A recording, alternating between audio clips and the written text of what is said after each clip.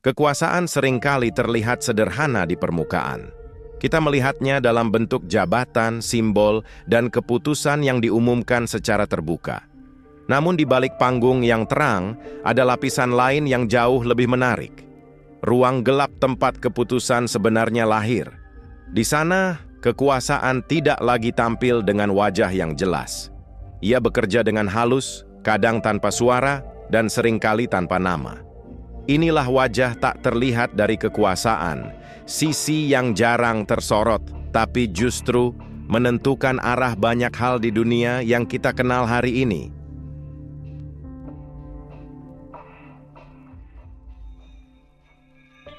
Kekuasaan sejati tidak selalu dipegang oleh mereka yang duduk di kursi tertinggi. Seringkali ia dipegang oleh mereka yang mampu memengaruhi arah keputusan tanpa harus tampil ke depan. Orang-orang yang tidak dikenal publik, tapi suaranya bergema di ruang rapat, memengaruhi apa yang akan ditulis media, menentukan arah kebijakan, bahkan membentuk opini yang kita anggap milik kita sendiri. Mereka tidak butuh sorotan, mereka hanya butuh kendali. Dan kendali itu tidak selalu datang dari ancaman, melainkan dari kemampuan mengatur apa yang terlihat dan apa yang tidak. Jika kita menelusuri sejarah, pola ini selalu berulang. Dari zaman kerajaan hingga era korporasi global, kekuasaan selalu punya dua wajah, yang tampak dan yang tersembunyi. Raja memegang mahkota, tapi di belakangnya ada penasihat yang menentukan arah langkah. Presiden menandatangani keputusan, tapi ada pihak lain yang menulis draftnya. Bahkan hari ini, dalam dunia yang serba digital, kekuasaan bisa dipegang oleh algoritma yang memutuskan informasi mana yang kita lihat dan mana yang disembunyikan. Kekuasaan berubah bentuk, tapi esensinya tetap sama. Kemampuan untuk mengarahkan tanpa terlihat melakukannya. Memahami bagaimana kekuasaan bekerja bukan berarti mencurigai semua hal, tapi dunia modern menuntut kita untuk lebih jeli melihat lapisan di balik layar. Siapa yang menulis cerita yang kita baca setiap hari? Siapa yang menentukan apa yang kita anggap penting? Kekuasaan tidak selalu datang dengan ancaman. Terkadang ia datang dalam bentuk kenyamanan dan kebiasaan. Ia membuat kita percaya bahwa semuanya berjalan alami, padahal arah itu sudah ditentukan jauh sebelum kita sadar. Dan mungkin memahami kekuasaan hari ini dimulai dari satu kesadaran sederhana, bahwa mereka yang paling berpengaruh seringkali bukan yang terlihat di panggung, tapi yang berdiri tenang di balik tirai. Jaringan kepentingan adalah wajah baru dari kekuasaan modern. Tidak ada lagi satu pusat yang mengatur semuanya seperti masa lalu.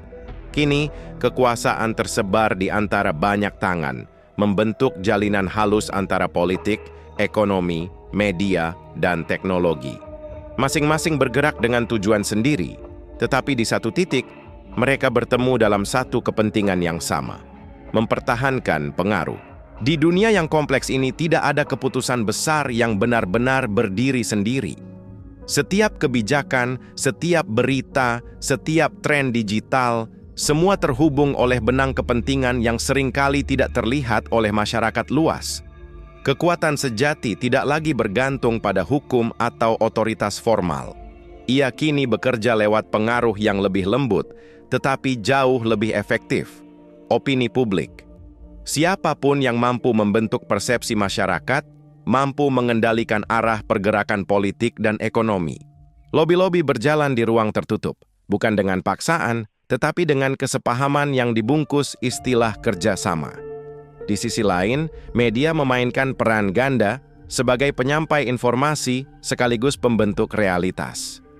Apa yang kita anggap penting, siapa yang kita percayai, seringkali lahir dari keputusan editorial yang telah melalui pertimbangan strategis, bukan semata-mata karena kebenaran faktual. Di balik layar, pengaruh bekerja seperti arus air.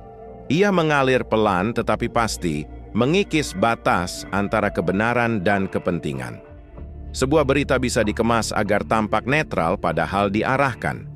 Sebuah kampanye bisa terlihat spontan padahal hasil perencanaan panjang. Dalam dunia digital, kekuasaan tidak lagi berbentuk kekuatan fisik, melainkan data.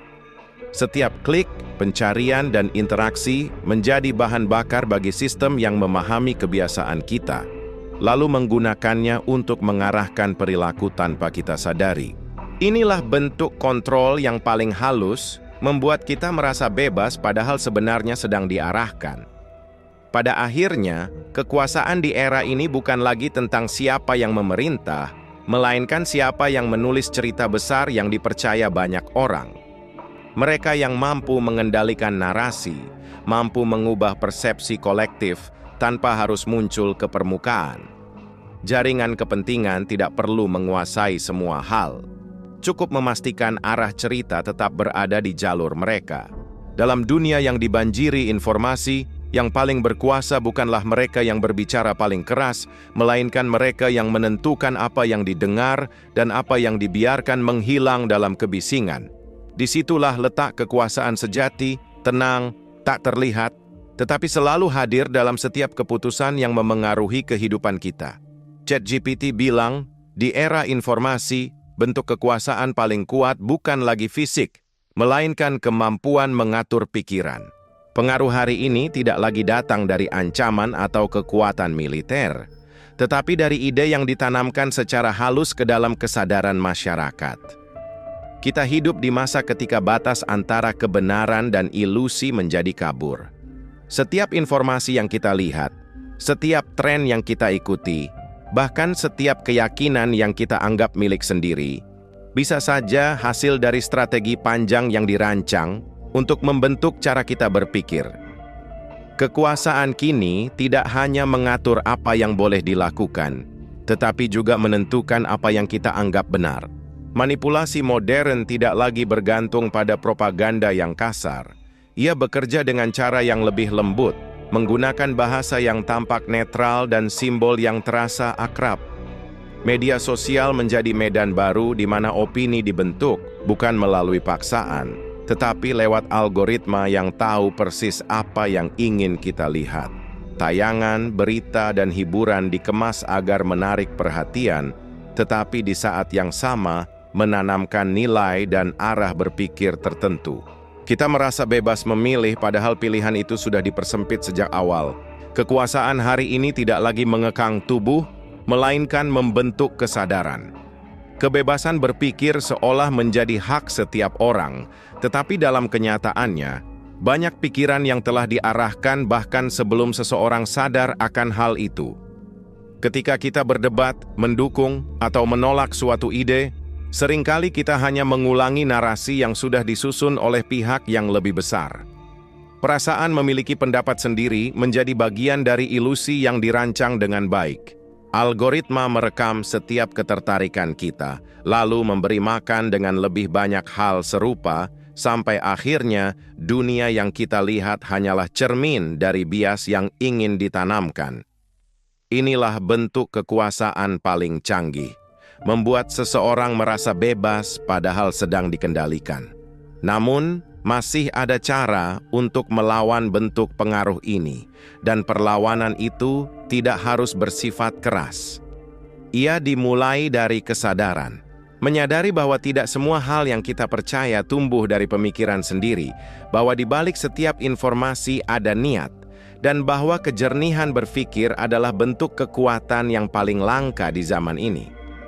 Ketika seseorang mampu menilai sesuatu tanpa terburu-buru, ketika ia bisa menunda reaksi dan berpikir jernih, disitulah ia telah merebut kembali kendali atas dirinya sendiri.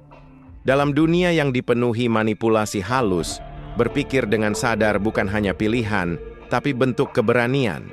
Setelah melihat bagaimana kekuasaan bekerja dalam bayangan, kini pertanyaannya bukan lagi siapa yang berkuasa, melainkan apa arti kekuasaan itu sendiri.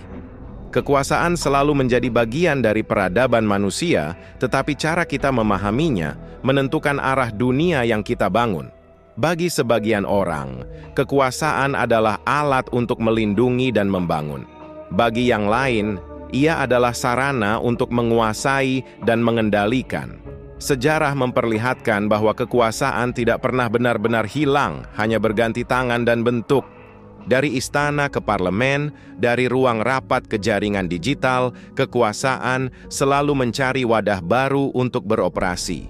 Kekuasaan pada dasarnya adalah cermin dari manusia yang memegangnya.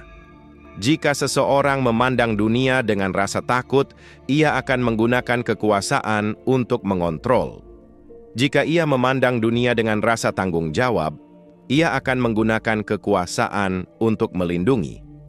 Itulah sebabnya kekuasaan seringkali menjadi ujian moral yang paling sulit. Tidak semua orang mampu menanggung beban pengaruh tanpa kehilangan arah. Semakin besar pengaruh yang dimiliki, semakin besar pula godaan untuk menyalahgunakannya. Dan di titik inilah, perbedaan antara pemimpin dan penguasa mulai terlihat. Namun kekuasaan bukan hanya milik mereka yang berada di atas. Setiap individu, sekecil apapun perannya, juga memiliki bentuk kekuasaan sendiri.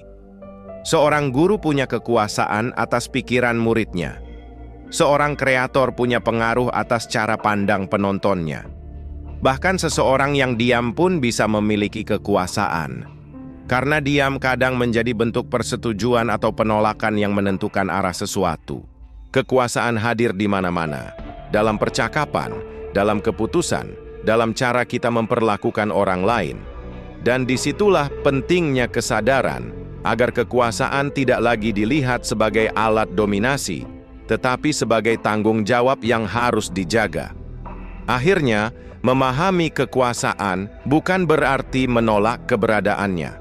Dunia tidak bisa berjalan tanpa pengaruh dan kendali, tetapi yang perlu kita pelajari adalah cara mengenalinya dan menggunakannya dengan bijak. Ketika seseorang memahami bagaimana kekuasaan bekerja, ia tidak mudah diperdaya oleh simbol, jabatan, atau wacana yang menipu. Ia tahu bahwa setiap sistem memiliki kepentingan dan setiap keputusan lahir dari kompromi. Kekuasaan akan selalu ada, tetapi siapa yang mampu mengenali mekanismenya akan selalu punya kendali atas dirinya sendiri. Mungkin disitulah inti dari memahami kekuasaan di balik layar, bukan untuk takut padanya, tetapi untuk memastikan kita tidak hidup di bawah bayangannya tanpa sadar.